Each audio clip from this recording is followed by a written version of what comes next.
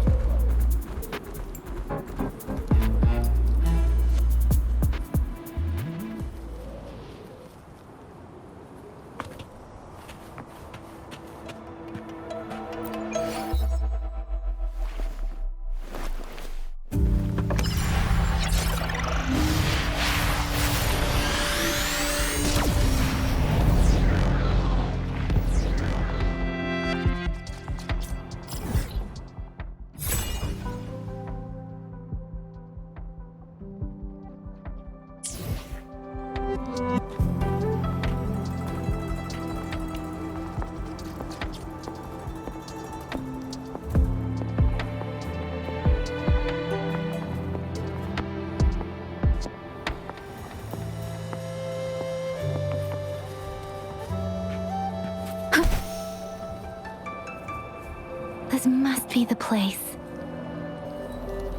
I sensed something ominous from the leaf back there, but I couldn't pinpoint its source. And now, the hatred and pain is so strong in this place. I don't even need to concentrate to feel it. Rover, something terrible must have happened here. We have to be cautious. This is a tacit field. Let's take out those tacit discords first.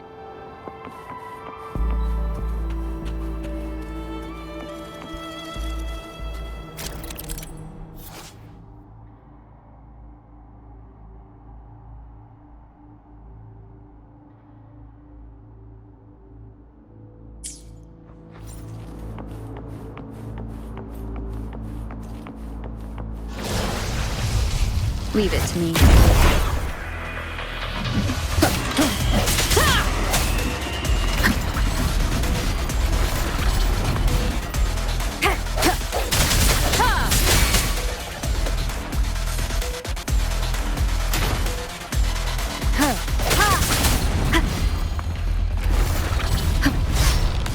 Disperse. One with the sounds. I sense your weakness.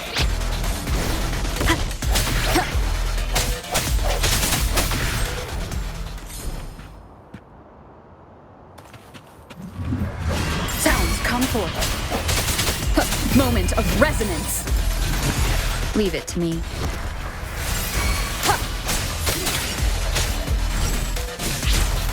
Leave it to me. Ha! Commence healing.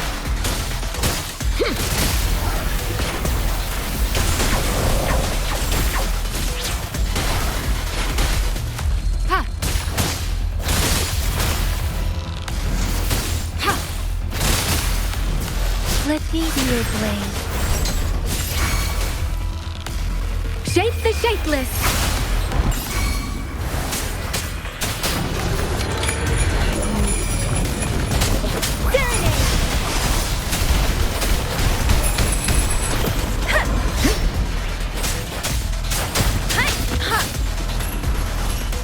Leave it to me.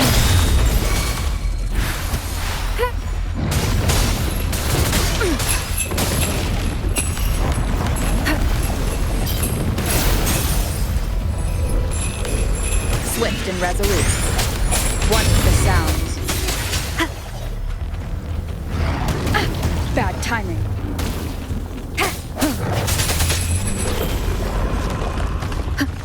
Break.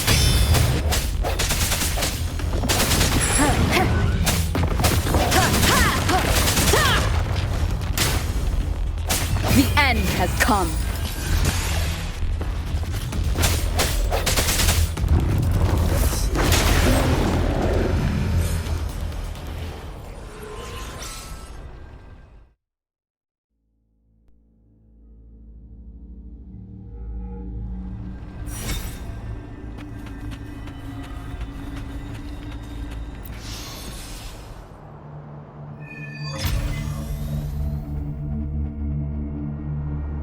I think I found something, Rover.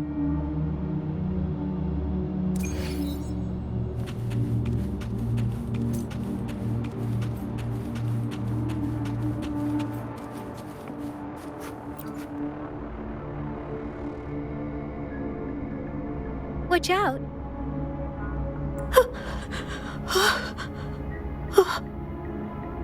Something's not right. Why wouldn't it attack us? Brother. Help. Help. Brother. Brother. Help. Help. Help. It seems to only repeat these lines. This is not a common tacit discord. Tacit discords attack other living beings because they need to feed on those frequencies to make themselves whole again. When frequencies are scattered and recombined, a new tacit discord is born. This one probably devoured the frequencies of humans, turning the last bits of a human's consciousness into such monotonous mumbles. Are these words the last cries of someone innocent? Who is behind this twisted plot?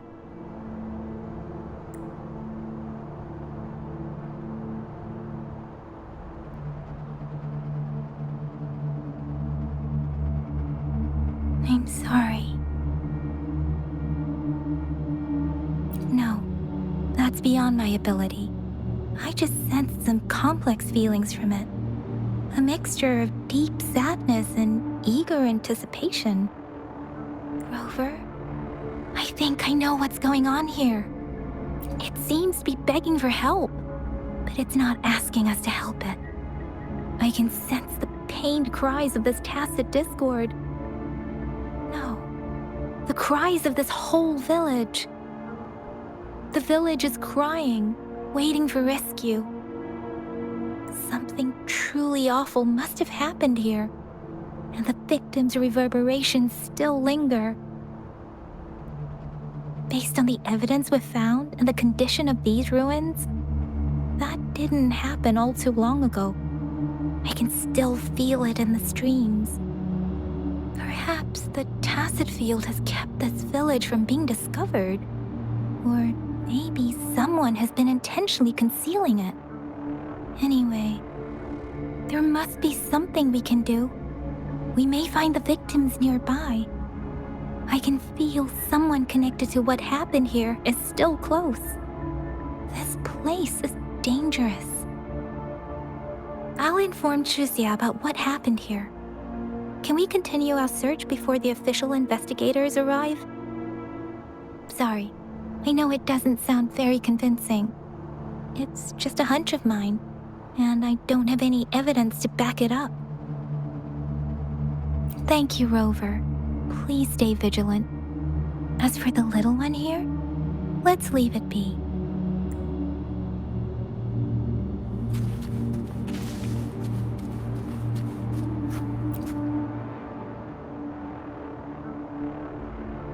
The area is a mess, but it doesn't look like a war zone.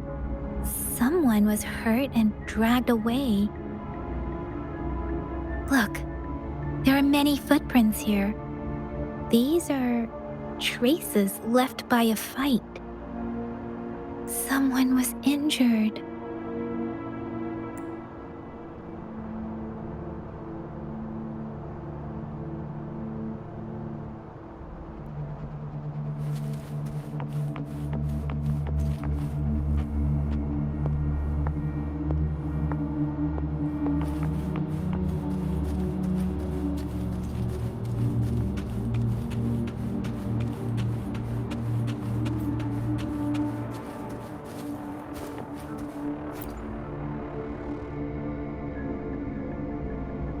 Ritualistic wooden plaques.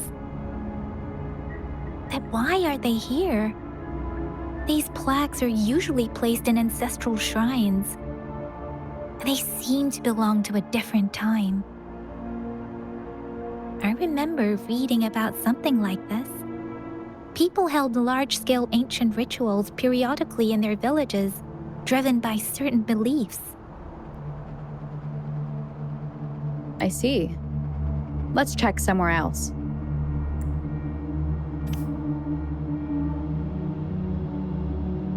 These cards. Ah, I see.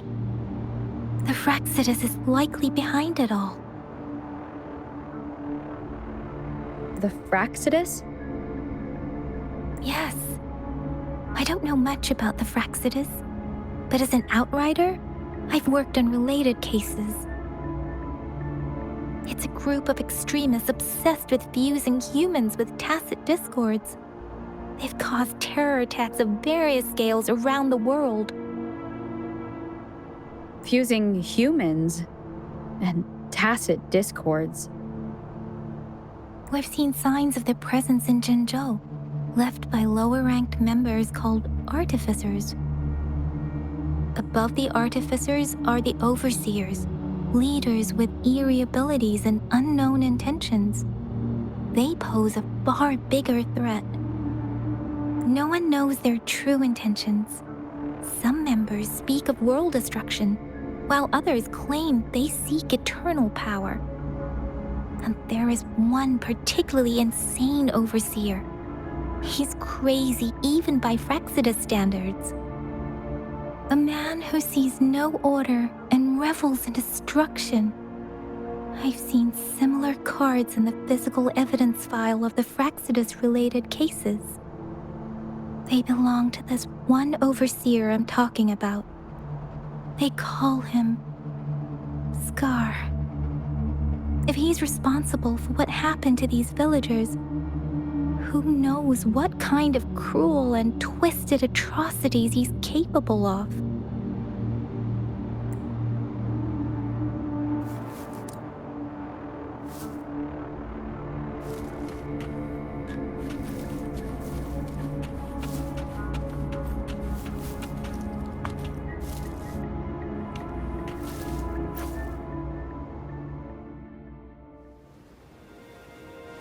Huh?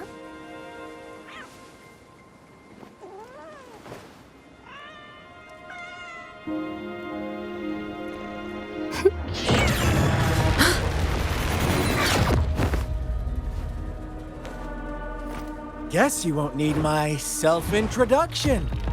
Oh, I spent so much time on it.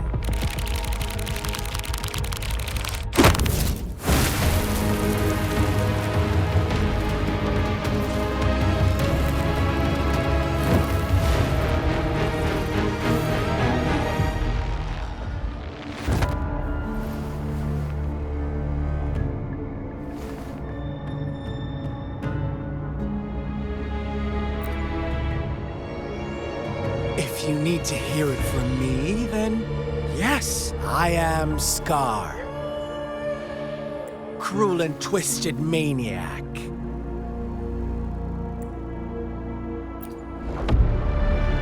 We deserve a meeting free of such disturbances, don't you agree? The girl, she's gonna sway your judgment.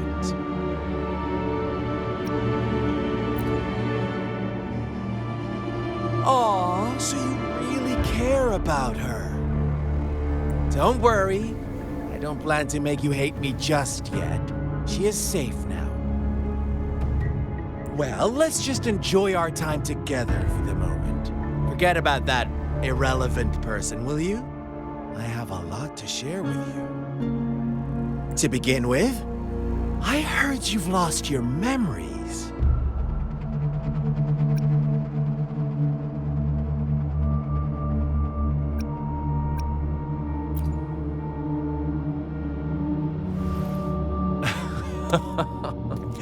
Indeed.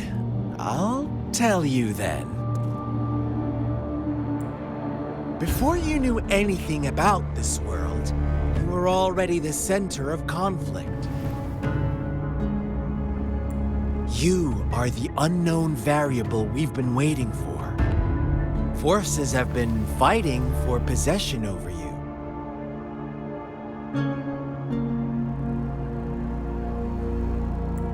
From the moment you opened your eyes, everyone you've met, including that girl you care so much about, they all knew how valuable you are. The world is a cruel place. You are a living, breathing person, but you're just a pawn to many. That's why I'm here. Because I see you as a dear friend, and I want to tell you the truth. I am so sorry for everything you're about to face. But truth hurts sometimes.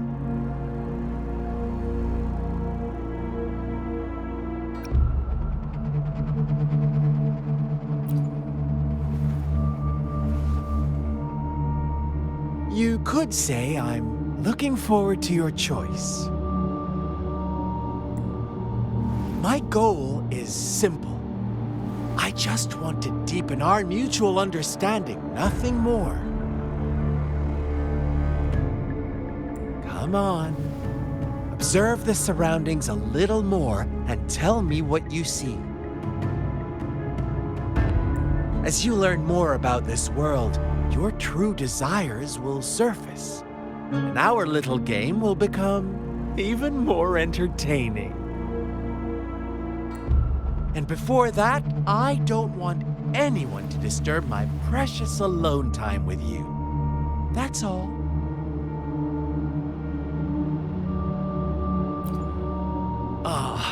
Why do you have to assume we are the culprits? Maybe you should be asking me what actually happened here. I won't tell you everything just yet. That's too boring. As I said, why don't you take a look around and see for yourself? So go ahead. What do you see?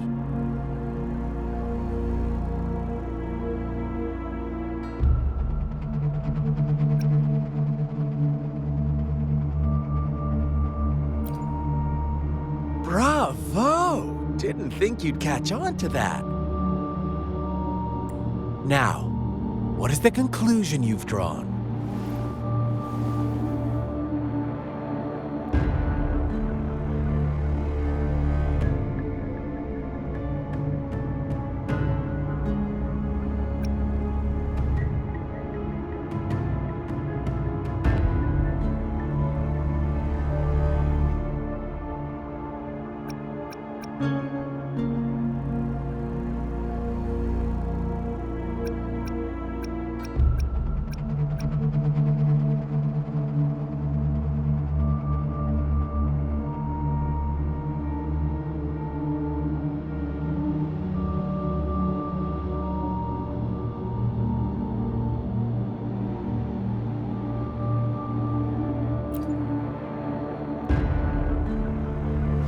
I see you don't really trust those villagers.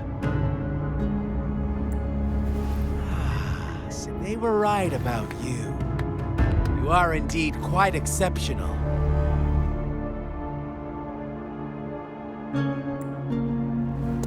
I like it.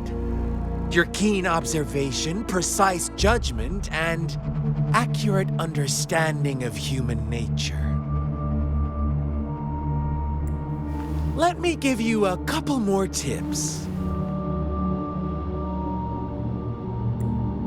The truth is far more complicated than you think. First, who are the players in our tale? An innocent girl, a revered leader, and a flock of simple villagers. Next, what makes up our main plot? False devotion, fleeting kindness, collective deceit, senseless killings, and the one vulnerable soul pushed onto a path of destruction by the masses. Now, Rover, the story is yours to spin. I'm eager to hear your version after you've learned more.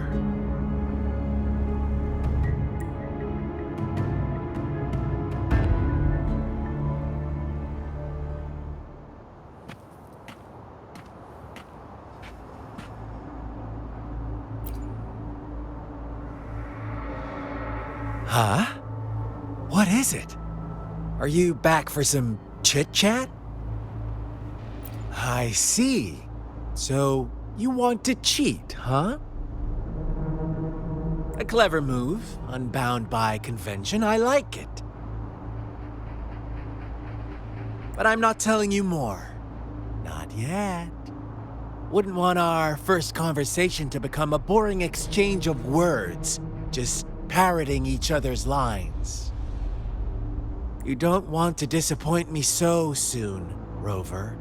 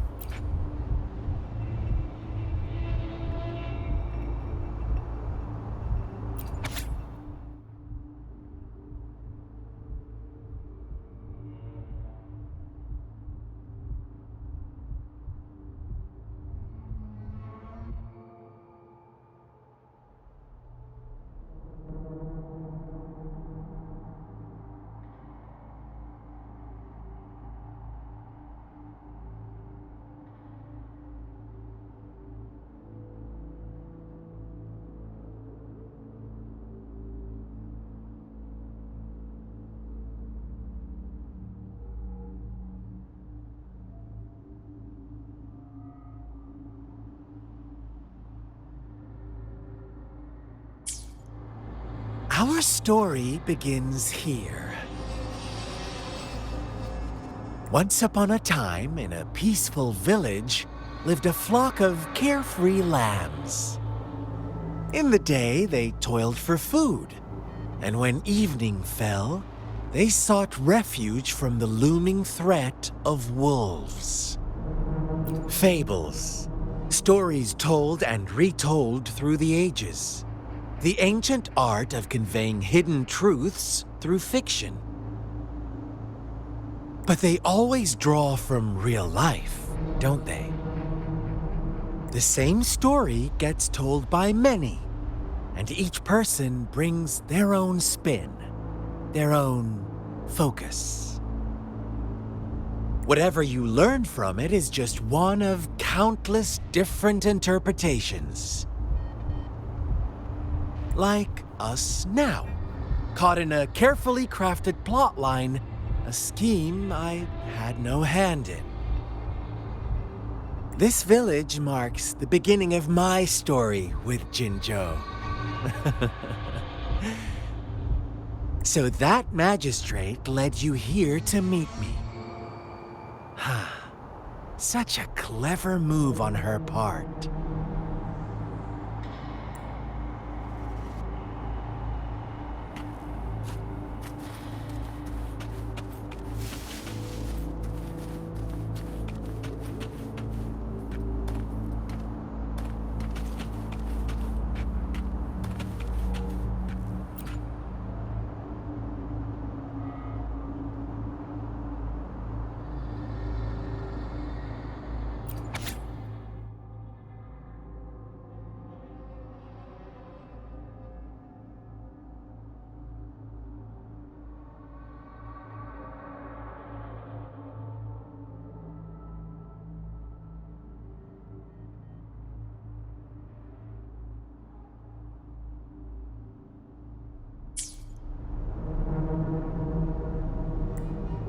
One day, a shepherd visited the village.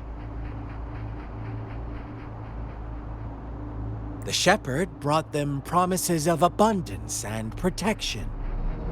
The lambs, drawn in by his words, soon lived in comfort and security. Nope, quite the opposite. The shepherd's arrival is only the beginning. With a wave of his hand, the shepherd could grant their every wish. His flock obeyed, bowing their heads, pleading for better food and shelter. They no longer had to struggle for survival, as their once meager lives were replaced with endless luxury. The flock worshipped their shepherd-turned-god, praising him and holding him in the highest regard. What's wrong? Does my story make you uncomfortable? Imagine you were one of those lambs, facing irresistible temptation and pressure from your peers. Wouldn't you bow down and beg for food from your master? Oh, so we agree already. You are right, but the world we live in falls short of our ideals. The shepherd still reigns, and the lambs have grown complacent. It's up to the two of us to make that ideal world a reality.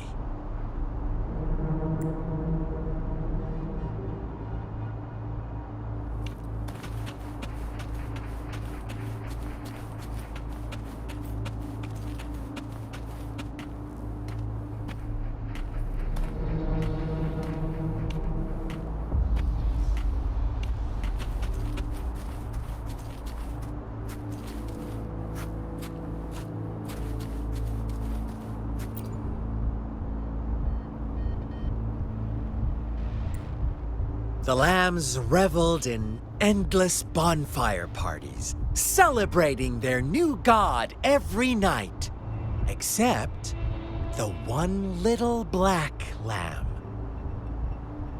As each night passed, it was the only one to notice how its flock was dwindling away. Rover, do you think someone would give you what you want without taking anything from you?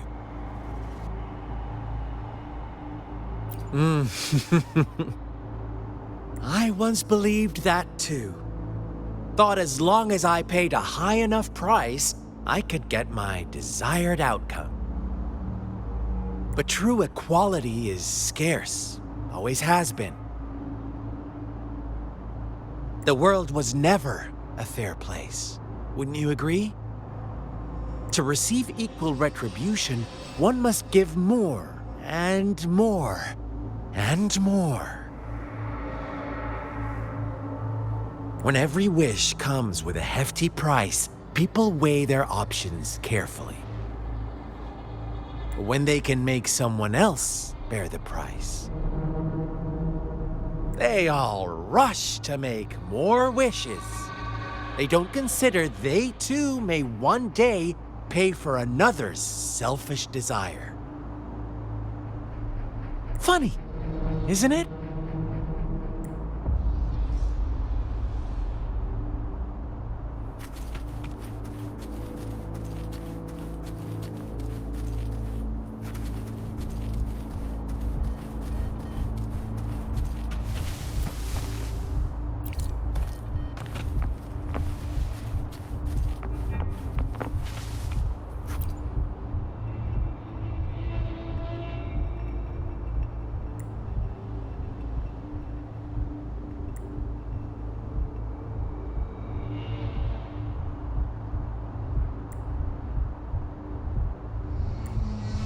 Later, the shepherd openly blamed the black lamb for the flock's decline. On the next day, the white lambs welcomed the rising sun as usual, but the black lamb was nowhere to be found. The shepherd introduced an unspoken rule to this village, one that our black lamb violated by telling the truth. Suddenly, the once doting god stopped fulfilling wishes because no more sacrifices were being made.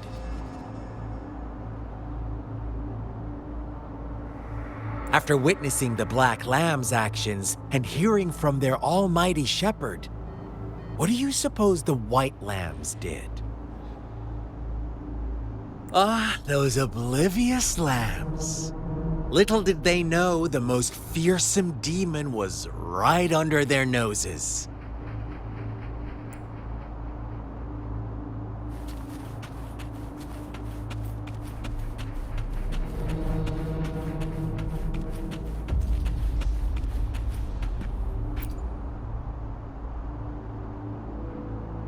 Well done. You didn't let any details slip.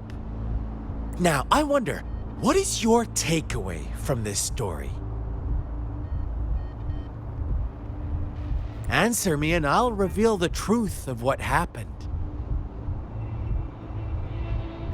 Who was the real culprit behind the diminishing number of lambs?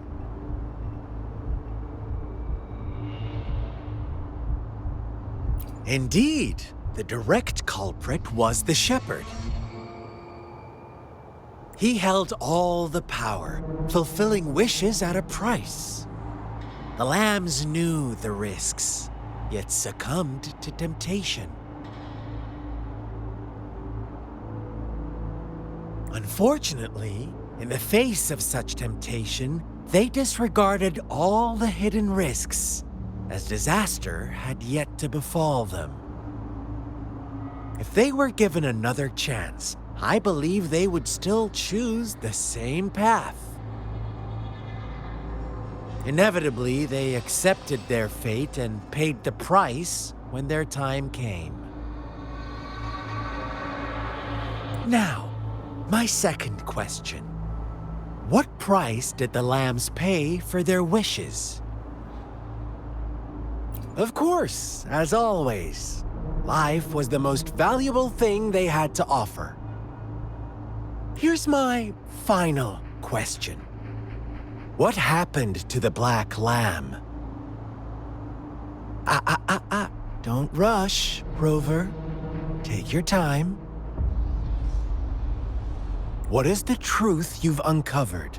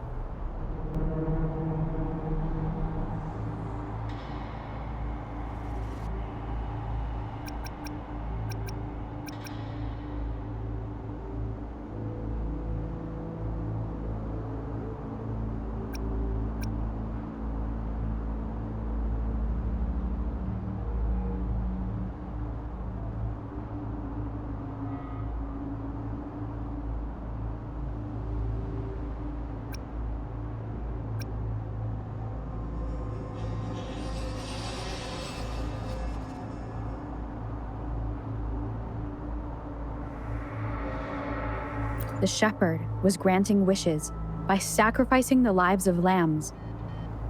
The flock found out the truth, but chose to be his accomplices, and they willingly offered the black lamb as another sacrifice.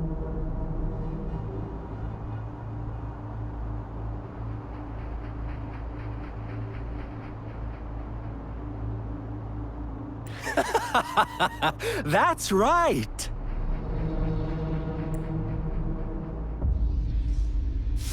Little lambs cowered and huddled in their village, terrified of the relentless wolf packs. Until a shepherd arrived, bearing the gift of wishes and providing shelter and sustenance. Slowly, the shepherd gained control over the flock, and the lambs lived contented lives. But this is not the end of our story. The shepherd found the solitary black lamb in his flock and offered to grant any wish it desired. In exchange, he wanted one of its companions as a sacrifice. The black lamb refused, and it was shunned by its flock, left without shelter or sustenance. After the black lamb's exile, more lambs continued to vanish. The shepherd then blamed the Black Lamb for breaking the rules. He withheld his wish-granting power as punishment.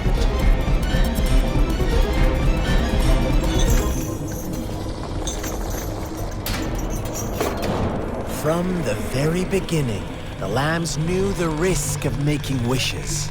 They too could become sacrifices for those of others. But they always believed it wouldn't be them. Meanwhile, some lambs reasoned that since they had already risked being sacrificed for someone else's wish, it was then only fair to pass on that risk for a chance at fulfilling their own desires. So they continued to play the game. They all knew the consequences, but chose to remain silent.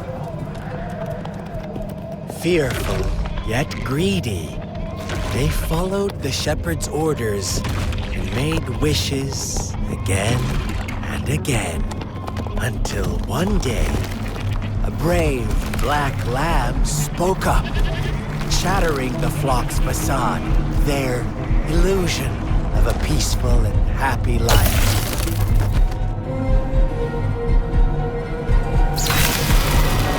Black lamb got in their way, and that of the shepherd's greedy pursuit, sparking hatred in their hearts.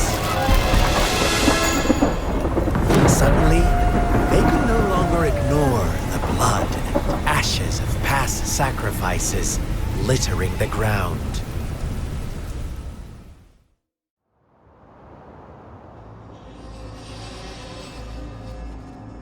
How do you like my story, Rover?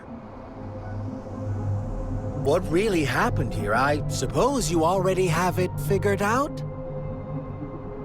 The black lamb who rebelled against the rules, and the white lambs who succumbed to their greed. The innocent maiden sacrificed, and the villagers who turned on each other in a ruthless frenzy. They had it coming. All the shepherd had to do was execute the rebel. That's how he kept the flock in check and maintained the status quo. Fun answer, but no, not even close. I was never the shepherd, never will be. You and I, we are the black lamb, the one who breaks the rules.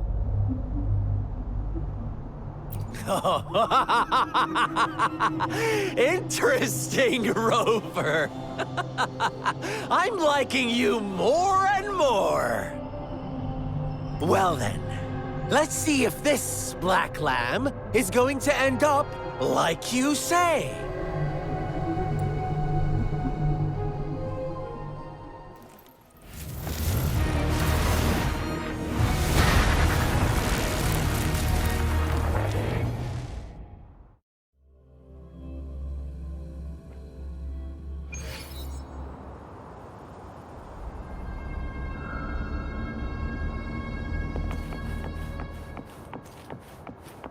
Welcome to the realm of endless chaos. Now is your time to think, Rover. What is the right path to take?